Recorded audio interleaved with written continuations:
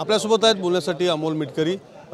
दादा, आज भाजपच्या कार्यकर्त्यांनी काँग्रेसच्या कार्यालयावर मुंबईमध्ये हल्ला केलेला, काय सांगा?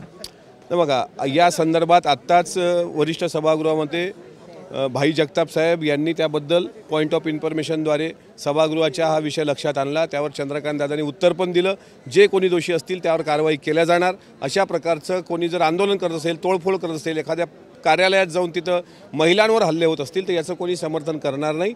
त्याबद्दल सरकार कडक कारवाई करेल। भलेही महायुतीचं सरकार आहे आणि भाजपचे कार्यकर्ते असतील पण चुकले असतील तर त्यांच्यावर सरकारने कडक कारवाई करावी अशी सरकारमध्ये माझीसुद्धा सरकारला मागणी आहे। पक्षांतर्गत नाराजीमुळेच भुजबळ साहेबांना मंत्रिपदापासून दूर ठेवलं गेलं। काही त्या भागातील संपूर्ण राष्ट्रवादीच्या पदाधिकाऱ्यांनी राजीनाम्यापर्यंत आमदारांनी सुद्धा दादांकडे भूमिका मांडली, त्यामुळे भुजबळांना मंत्रिपदापासून दूर ठेवण्यात आलं।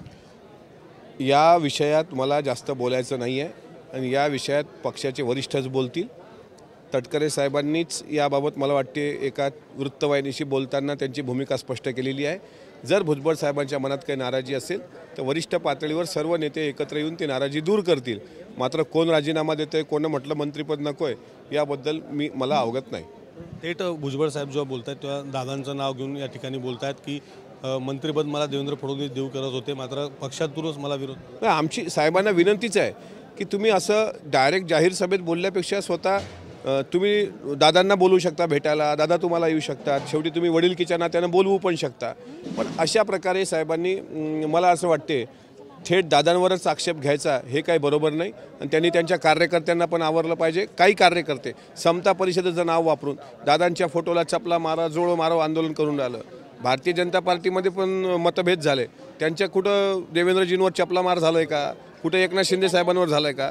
पण अशा प्रकारे दादांना टार्गेट करणं चुकीचं आहे, ते कृपा करून भुजबळ साहेबांनी थांबवावं अशी पक्षाचा कार्यकर्ता म्हणून आमची त्यांना विनंती आहे। आज बौद्धिक RSSच्या हेडक्वार्टरला होतं, त्या ठिकाणी राष्ट्रवादीचे आमदार किंवा नेते अनुपस्थित होते, मागच्या वर्षी अनुपस्थित होते।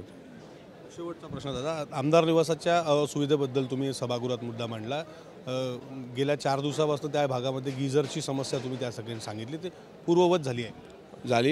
त्या दिवशी मी सभागृहात लक्षात आणून दिला विषय, जे आमदार निवासला थांबतात त्यांना आमदार निवासमधल्या व्यवस्था आणि दुरावस्था दोन्ही गोष्टीची माहिती आहे। जे आमदार निवास सोडून 5 स्टार हॉटेलमध्ये थांबलेले आहेत त्यांना याबद्दल माहिती नाही, पण जे थांबलेले आहेत त्यांच्या सोयीसाठी गिझरची व्यवस्था पूर्ववत झालेली आहे।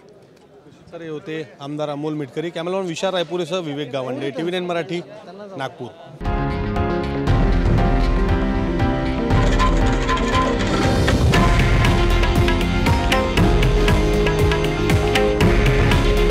हे आहे देशातील नंबर 1 न्यूज नेटवर्क आणि आपण पाहत आहात TV9 मराठी।